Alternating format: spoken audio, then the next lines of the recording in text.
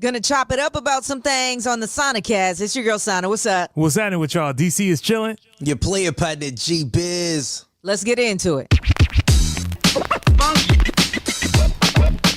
All right, y'all. Sanacast time. You know, you got your regulars over here, but also a special guest, a town representative. Jas Leverette is on with us from Cali Canine. Thank you for blessing us this morning, baby. Oh, good. Right on, Sana, for having me on. Of course. Now, I know you're cool with DC. And I honestly didn't even know that you had what you had going on in Oakland until I saw the special or the series over there on Netflix. You doing big things over there. Yeah, well, you know, we've been grinding hard 10 years. I actually set up shop in San Jose to start my business in 2009 just because, you know, it was town business out here. So he's like, let me get somewhere where it's some money and some peace. Yeah. You know, and you know, I wanted, you know, I pretty much built the business out of San Jose, out the South Bay, and then from there I just been, you know, all over with it. You know, LA, you know, all through the Bay, New York, and I got, you know, affiliates all over the country. Really, we're doing what we're doing, helping people, rehabilitating dogs. You know, teaching handlers how to be better owners and how to be, you know, better pack leaders. So yeah, it's just been giving people the game. I put it off for a while watching the show. And then I don't know why I did too. I was like, and then when DC said you were from here, I was like, okay, I really got to tap in and support. Appreciate it. Because I was like, I hope I don't see no disrespect to Caesar. But I was like, I don't want to see this again because that, you know, whatever. But anyway, so I watched the show and I know that you talked about how you got started with all this stuff in the program, but I don't even, you know, share with the people. Oh, well, shit, I've been a dog dude since a youngster. I went to Oakland High. I mean, I had hella pit bulls growing up. Everybody knew me. I was an athlete, but I also had a lot of dogs. And then, you know, fast forward, I finished school, went to school for aviation maintenance because I was heavy into like muscle cars and motors and all that kind of stuff. So I went to school at the Oakland Airport at Sierra Academy. Mm-hmm. And then I got in and started working at Southwest.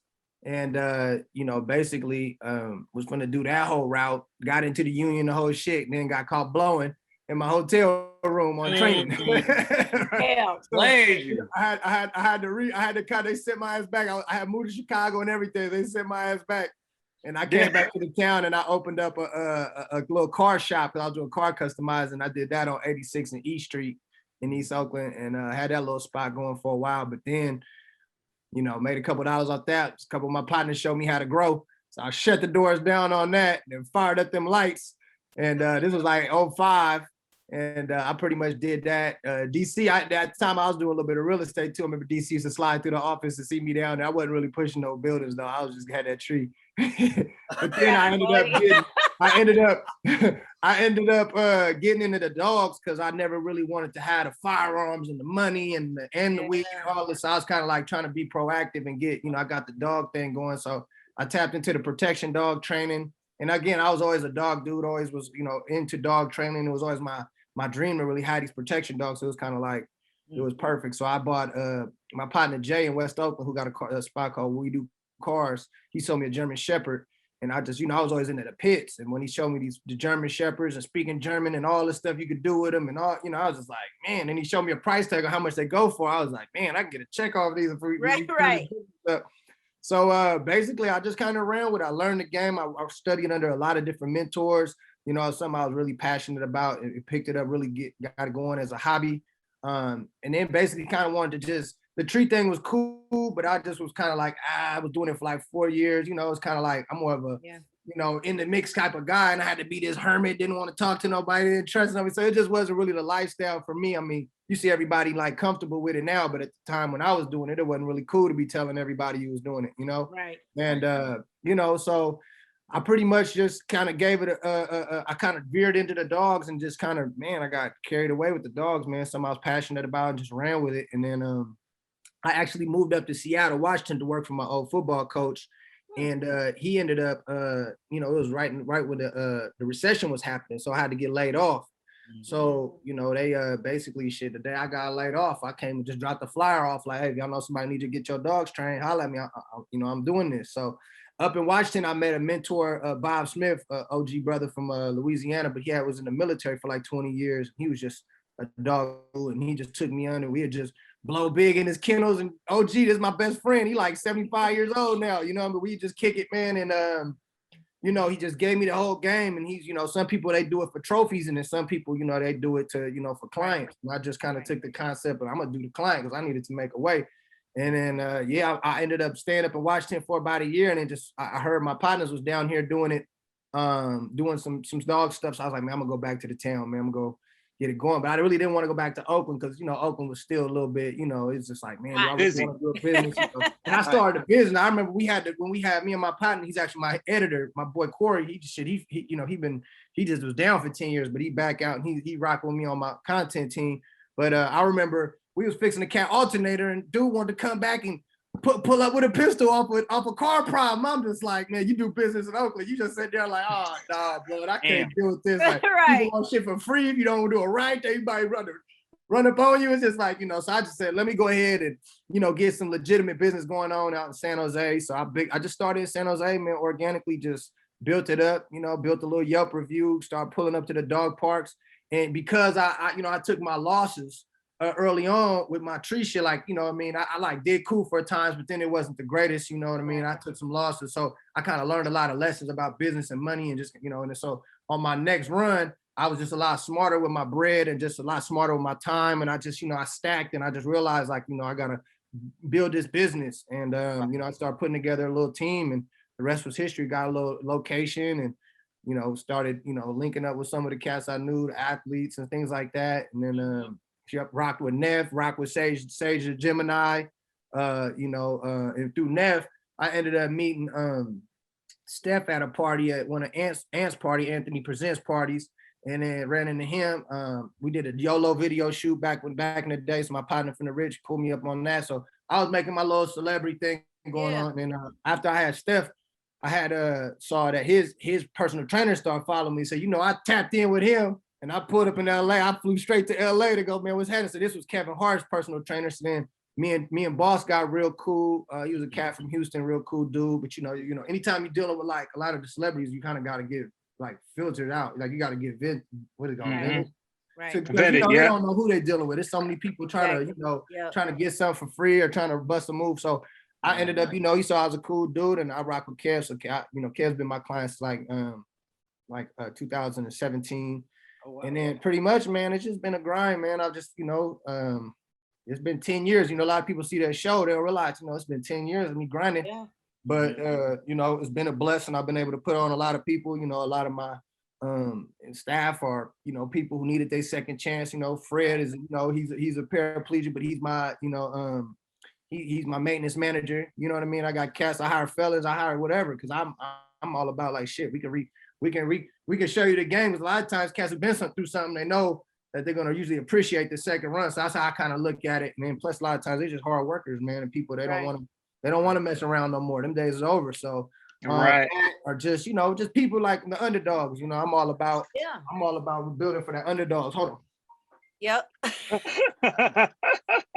Getting blown up. Yeah, my bad. That was my editor's phone. He louder than his. Anyway, yeah, so that's really what it's been about, man. Just doing organic business, staying me. I wanted to represent for the culture. I always said I wasn't gonna, you know, you was always gonna see me with my tats and my jury on. I wasn't gonna switch it up for nobody. So it's really like being that dog trainer for the culture, being the people's trainer, and really, man, it just kind of manifested to where we are now. And Jas, you know, what I think is crazy is I think a lot of people are afraid to start over, or to start a new thing, or to get something that they're interested in. And that's what I was going to talk to you about, because obviously when we first met, you was wiggling in a whole bunch of other stuff, and this was in the early 2000s, right? Right. You were wiggling in a whole bunch of other things, and you found like something that you were passionate about and decided to just go ham on that, even though you had started in this thing and you had gone into this thing, you had other stuff going on. So many people are afraid to start over sometimes, right? And actually really dip into something that could be bigger than the little thing that they're doing at the moment. So like, what was the understanding that you had to have to be like, you know what, I'm just gonna go gung-ho with this dog training? Like, at what point did you go, you know what, forget it. I'm just gonna do this, and I'm gonna make this the thing that makes me, push forward. Right. Yeah. So I mean, like you said, I was trying my hands in different things as an entrepreneur. A lot of times you're gonna try different things. I mean, and some you can't be afraid to lose. You can't be afraid to fail. And for me, man, I just was trying to figure out something that I was gonna. I knew once I tried a bunch of things and failed, then you kind of like, all right, I gotta focus. I can't do 20 million things. I was literally trying to be the jack of all trades, and you really, it's hard to do that. You know what I mean? You got to kind of focus in, and that's just what it was, man. I mean, I'm a pretty, persistent dude and on all aspects of life, you know what I mean? Whether back in the day, I mean, I'm married now, but when I was getting on the ladies or whatever it took, I was on it. I was on it until I got it. You know what I mean? So, now it's the same thing. You can't quit, man. A lot of times, people, they don't have that grit about them. You gotta grind it out. And sometimes, I saw, and see, another thing was like my best friend, he's doing 31 of life in the pen. So, a lot of times dudes want to think that street shit is sweet.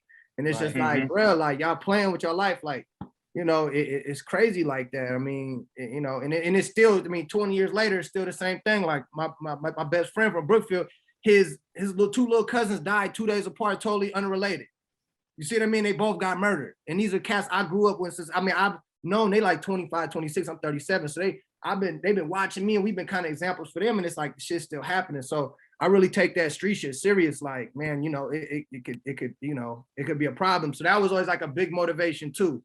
Like I always had a lot of partners. I know everybody in the streets, all the dope boys, all the P's, everybody. But I always kind of like, all right, well, let me, like, you dibble and dab, but then it's like, let me get her and stay focused over here, because got to think about the streets is unsustainable. Yeah, exactly. Right. So that's kind of like, that was my motivation.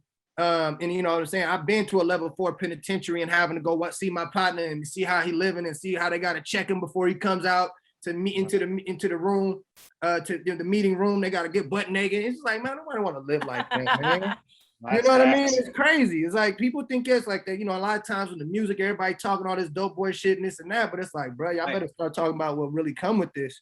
You know what I mean? Because you're influencing. My thing is, I don't want to influence the youth. Like I feel like, I got to be a positive example. So I got to lead by example. And, if you can't say, okay, well, I'm a rapper and I'm talking about this, I'm portraying this, and I'm telling you to do this, and I take your bitch and I do this and I'll do that. But now you over here trying to be the good guy and trying to act like you care about kids. Like that don't really line up. Like you got to kind of practice what you preach. So my whole thing is really about just, like I said, just trying to be an inspiration at the same time, man. I mean, money's cool. You can get your money and all that, but you got to make sure that you set an example. And I think that was an important part of what my mission too. Right, because it ain't no retirement plan for a gangster. Nah. Sweet.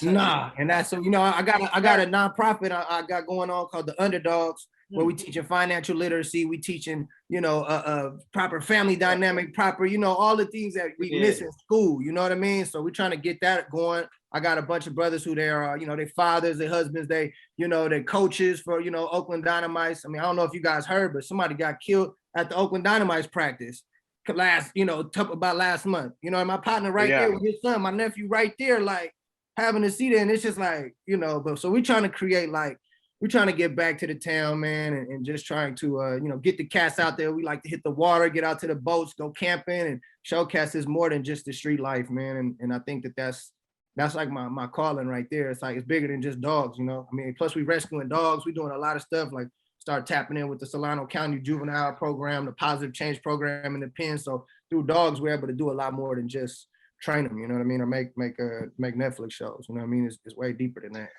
Right. And speaking on Netflix, like I know you talked about like your work ethic and tenacity just in the things that you do. Do you think that combined with like, the networks that you were able to build down in LA was kind of what really got you to Netflix? Like, how did that whole deal even, like make that move?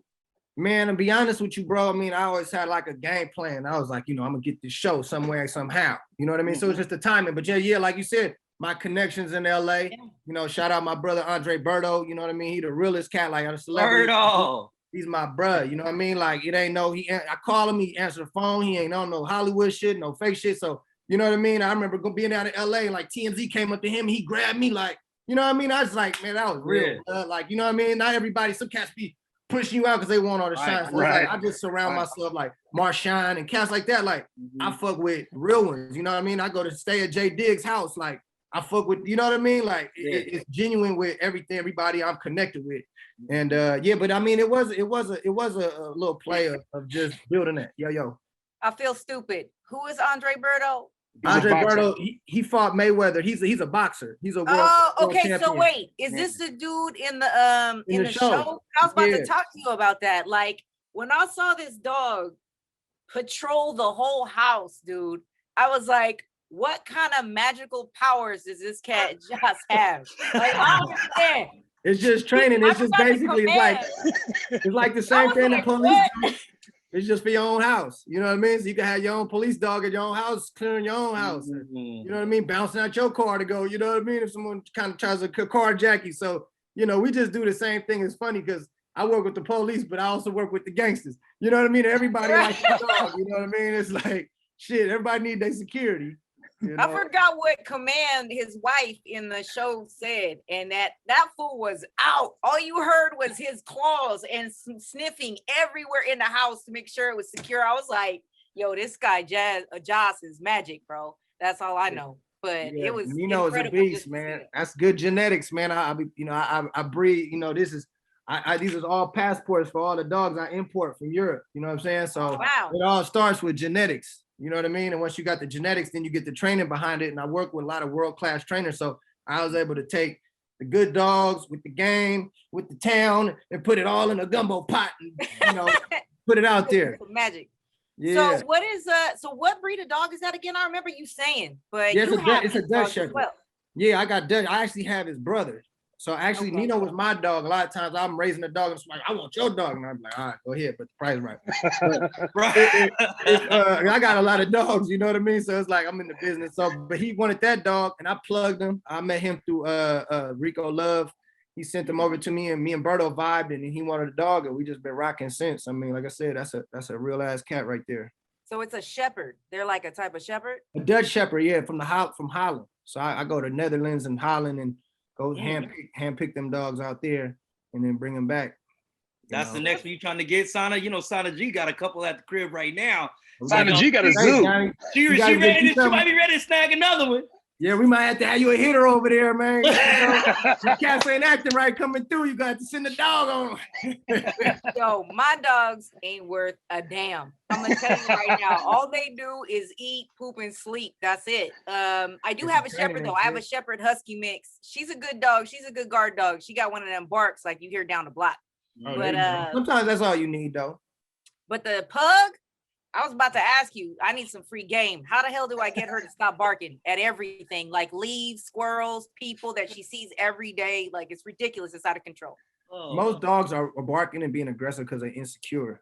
You know what I mean? A lot of times, a lot of cats would be running around barking, bumping their guns and barking, be insecure. Right. Same thing. You know what I mean? So it's the same thing. So we got to build confidence in the dog. We got to show like, you got to be there to say, hey, knock it off. But at the same time, I got you. Don't have no fear, you know? And, that's pretty much what that is. And what I do is I basically establish obedience. I establish the system of communication. First, we get them motivated by food, toys, or praise. Get them working. As you saw on the show, we work with the box or that place command. So that's pretty much the box. Sit, focus is like the groundwork. You know what I mean? And then you get that going. And then you start to add distractions and things like that. And what happens is the dog starts to prioritize you more than all the other stuff. You know what I mean? But because you create this pattern of communication, the dog learns that, you know, it has to do what you want them to do. And it's not through force. It's just through, you know, it's first you establish that motivation. You make them want to do it. You know what I mean? But then you say, all right, then you want to do it, plus you got to do it. And then you kind of create that. And then they know that that's their job. Yeah, so yelling quiet ain't going. Well, the thing is a lot of times, with corrections is what a dog perceives as a correction, right? So if, you know, some kids, you know, you say, hey, you know, your parents yell at you, start laughing, you know, you get a little paddle, you might be, you know what I mean? So it's all what some people that are yelling, they start crying. Right. So it just depends on the actual threshold of what we're dealing with. And again, I don't like to just start fixing problems. I like to teach them something before I tell them what they're not doing right. I teach them what they are doing right. And then I teach them to always resort to doing the good stuff, because that's the desired stuff that gets you rewarded. What's the hardest breed to train? Because my boy in Sacramento, shout out to you, Mike, has a bull terrier. And I Bull swear terriers to is you, big. this dog is a tank. He's not Nah, mean. He just a stubborn, tank. And stubborn. like, My partner Tafari, he in my house out oh in the my west. God. And man, my partner T, he got a dog that, man, this dog is like, he's just stubborn, choo. But see, the thing is, T, man, start your training. Oh no, bro, I gotta send her to you, blood. Nah, bro, you can't just say I'm gonna do this. I'm gonna, like, the dog ain't gonna train itself. You know what I mean? You gotta make sure that you establish, you know, you gotta build something like with a kid. You know what I mean? It's like my son, right? It's like if he knows from, you know, doing stuff, I say, no, stop doing that. But then I won't just sit there and yell at, I'll take him away from that area and then redirect him into something else instead of, because right now that's on his mind. That's what he wants to do. So unless I can create something better and then block that other behavior, make it inaccessible, then he's gonna think that he can continue to go to it. So, but now, like, over time, it's a trip. Like, even, you know, my dog trainer, I've been being a dad, and it's like a whole different thing. It's like, damn, this shit all the same. Like, you know, again, it's not about punishment. It's about just consistency. And like, if you say to do it, you got to make sure it needs to happen. Otherwise, the dog gonna be like, oh shit, what you say on me now? And it's no different to whether you the boss at work, if you the family, you know, the head of the family household, the military leader, whatever it is, you gotta have that. Got to be some order and some control. And people, you know, dogs, everybody have to respect the boundaries and respect what the orders are. And, you know, again, keeping it really fun and motivational is how you're going to get it pretty quick. But, you know, it's a balancing act. It's not about just being a treat and sucking for treats, because then they'll just think you're a treat dispenser. Right. You know? And you don't want to be looked at like that. So it's all about just creating that balance and spending the time. You know what I mean? It's like, you know, you can give somebody money, but if you ain't putting in the time, sometimes the time is what the value is. So that's the consistency part. That's where, you know, doing it every day, you know. Yeah, I remember my daddy used to send me some GI getting them to under. Oh, go ahead. Now I was gonna say, getting them to understand too that it can't just be, oh, I'm gonna take my dog to Jas and then we're gonna come home and the dog gonna do whatever they want to do at the house. Right. It has to be gotta keep going. Both things. Mm-hmm. Right. So we got the teaching phase, which is very like distraction free, easy, showing them it's like, you know, just doing writing lines, you know, putting L's and L's and L's and L's and B's and B. You know, it's like when kids, when you just program, you think about everything that we ever learned, we had to deep practice it. Same thing goes with the dog. You have to show them and show them and show them. Then you start showing them, but then you bring in the distractions while you're showing them. So they have to learn it. They have to do it no matter what's going on. And then you have to maintain it, which is the securing phase. And that's when the client comes, gets their dog trained or comes and trains, they have to maintain it, because the dog is going to test your pack structure. You know what I mean? People test boundaries all the time, you know, whether it's at work, whether it's with the opposite sex, whatever it is, it's a lot of testing and seeing where you are in the pack, you know. And even in relationships, you know, people be trying to test to see, oh, can I get away with that? And then they're like, oh, it worked. Okay, I'm gonna do more. You see what I mean? So the same thing is with the animal kingdom. You know, you have to make sure that you set that, draw that line in the sand and make sure that it's like, this is what the rules are, just stay consistent. Mike too lazy, dude. He's gonna have to send his dog away for a couple weeks. That's like, cool. That dog is a bully. If he's in Sac, I got a 5-acre facility in Vacaville where we do board and train, so I'm not too far from him. I'm gonna have to ask you about that or look it up, because that dog, he's a bully. He moves you out the way, like he pushes you out of the way. He's wild. That dog is wild. Well, certain dogs have temperaments, and it's like the shy kid, and then there's the outgoing wild kid. Right. Then there's the big boss bully of the school. You know what I mean? Everybody's got this, like, all these different dynamics. So dogs got that same type of thing. You see more submissive type dogs, you know, you see super alpha. Like, a lot of times the pits get in trouble because they are like the top of the list for just the dominance and their ability to fight. And it's just like, you know, it's almost like that cat from West Oakland. You like, man, bro, don't run up on bro. Like, right. You know, you see him come and go the other way. Yeah. I'll be like, bro, what's headed? Yeah, like, well, no problems. Yeah. So, you know, a lot of times, but at the same time, the pit could be the nice dog and the fun dog. But again, it's kind of like, you know, the pit has that just dominance over a lot of other breeds. And then what happens is they're not put in control and put in check, then it goes over the top. And it's a lot of times like the youngsters, you know what I mean? Like, you got all this capability. And just like my bro, like, you know, he's from the West. He, you know, he did it. He's in the pen right now, but he was the best athlete, the strongest dude, the fastest dude, everything, you know what I mean? But it's like, but he was really, you know, came up Street Life, Moms was about that life. Everybody said, if you don't cap that, then it's going to go, you're going to go astray. And the same thing goes to animals. You know what I mean? You got to see what you're dealing with and jump on it early. Otherwise, you're going to lose it. And then they end up, for dogs, they end up getting put to sleep. For people, they end up, High bar. I better not see you telling your child on the next series, break, and watch that baby run off and play.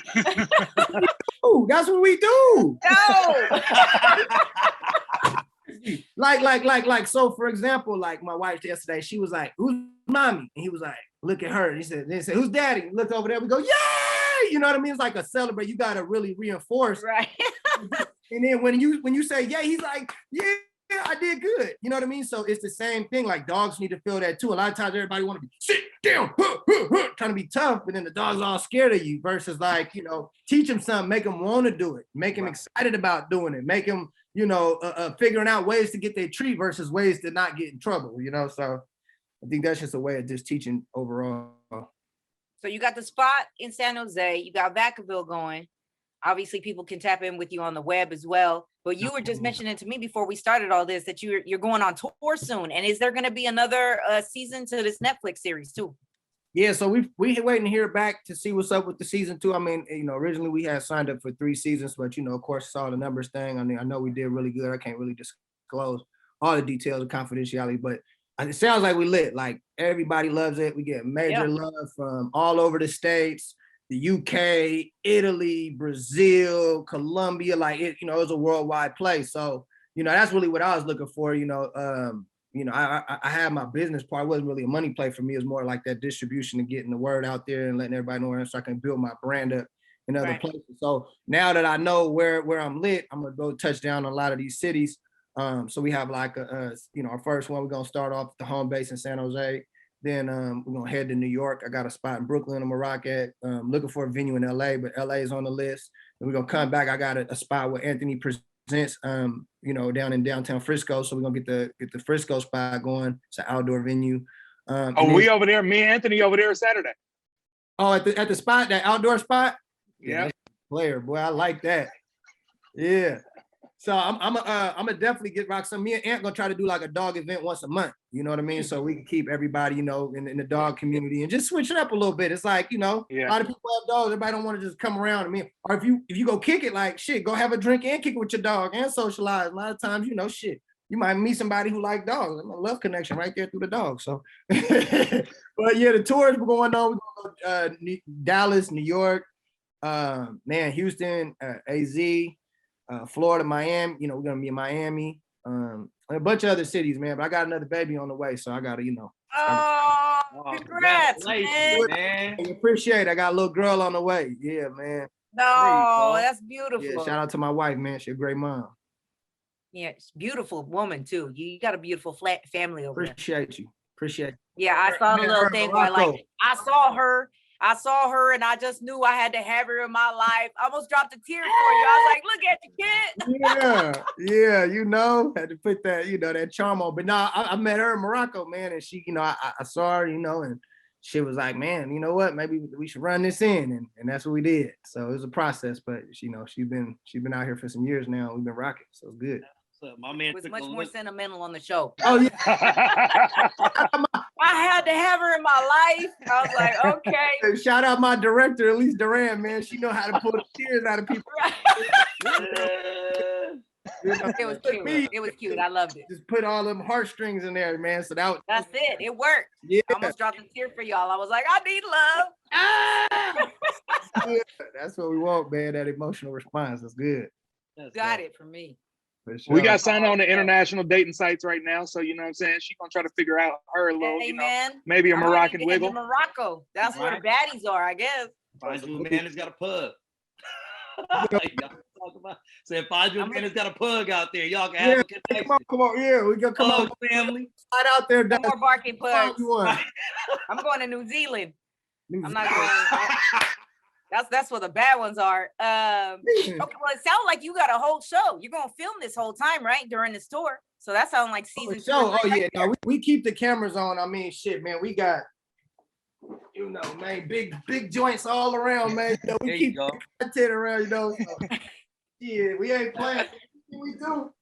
We're doing a lot of content. We're running up the TikToks, the socials, you know, the YouTube, the Insta, all that. You know what I mean? Because that's a big part too. And you know, when it comes to building a brand, man, you know, people lie, numbers don't. So you got to make sure your numbers is up and make sure you know you got all those assets that when you present. So I continue to do the film thing. I mean, my goal is to, you know, eventually, you know, start my own production company and, you know, do this in-house, you know. Oakland cats, we gonna always try to figure out a way to keep the money. That's facts. You got a Yeah, solid plan. sometimes, man, you know, we the independent, man. Matter of fact, shit, I gotta jump on a call with 40 in a minute. We, you know, we working on a little play. But yeah, you know, we the land of the independence, you know, so that's what it's all about, man. And that's what it is. Yeah, so.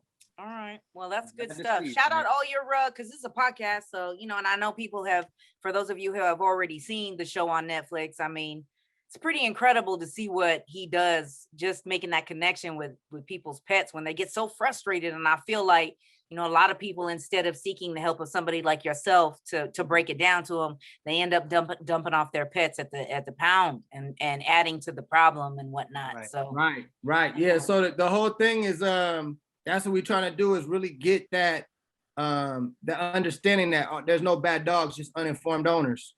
And when you establish that, then you're able to hold on one second. you good. Hey, what's up, James? I'm just finishing up an interview with Sana G on the radio. Give me 5 minutes. Right on, bro. Yeah. Yeah, we're done. I just want you to shout out like how people can connect with you, man. I think, you know, like I said, if they've seen the show, they know what you can do. And it's just, you know, a clearer understanding of what you have in your hands to deal with as far as pets go or animals, dogs. Yeah, about just training that owner and, you know, I mean, teaching people they got to be consistent. If they're going to have a dog, they got to give the dog that life that they deserve, you know. Dog is not an accessory. You know, a lot of times people, they would got a dog like it's a Gucci bag or like it's a pair of shoes. Like, no, it's a real living animal. So you got to really give it a life and take care of it, feed it good food and make sure it's got proper, you know, all the stuff. It's almost like a kid, you know, not quite, but close. So on Instagram, on wherever, Facebook, you know, shout out your locations again.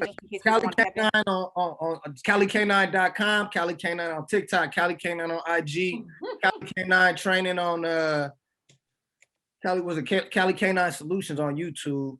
And then yeah, man, just Google Cali Canine. You're gonna see us, man. Yelp us. You check out that Yelp, that 5-star thing. You know, we keep them reviews all the way up, you know.